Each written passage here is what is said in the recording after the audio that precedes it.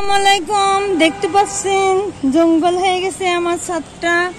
আমি তো সেবা করতে পারিনি, যেহেতু আমি অসুস্থ, বাসায় কেউ নেই। দেখতেই পাচ্ছেন কি পরিমাণে ঘাস আর শান্তির গাছ, শান্তির শাক বলে যেটা, ওইটা হয়েছে।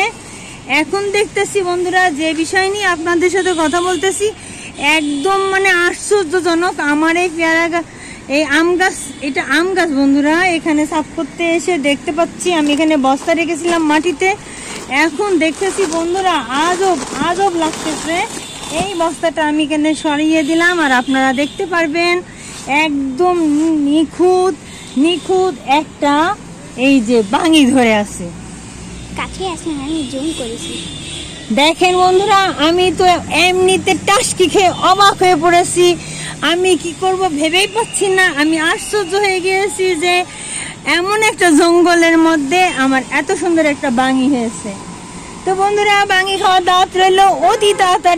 অতি তাড়াতাড়ি খুবই আনন্দের সাথে চলে আসেন আমাদের বাসায়, আমরা শেয়ার করি বাঙিটা, আমরা সবাই মিলে ভাগ করে খাই। তো দেখতে পাচ্ছেন বাঙিটা অনেক বড়, আর আমি গাছটা লাগিয়েছিলাম না, হঠাৎ করে গাছটা হয়েছে। হয়তো কখনো বাঙি খেয়েছিলাম, বেসন পড়ছিল, এ কারণে হয়তো গাছটা হয়েছে, আমার চোখেই পড়েনি।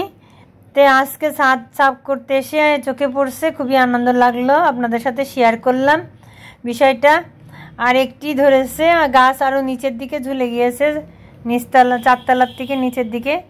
তো কেটে নিয়ে এসে রাখছি বন্ধুরা। বিকালবেলা রাতটুকু ছিল, সকালে উঠে দেখি পেকে এভাবে ফেটে গিয়েছে। তে খুবই মজাদার আর সুস্বাদু ছিল, সবাই মিলে ভাগ করে খেলাম। বেলে টাইপের ছিল, ভালো মতো, তে খুবই মজাদার। এজনের বেসনগুলো রেখে দিলাম, পরবর্তীতে আবার আমি এই বেসনগুলো দিয়ে লাগাবো। আরও অন্য সব ছাদ বাগান আছে যাদের আমাদের আশপাশে, তাদেরকেও আমি গিফট করব।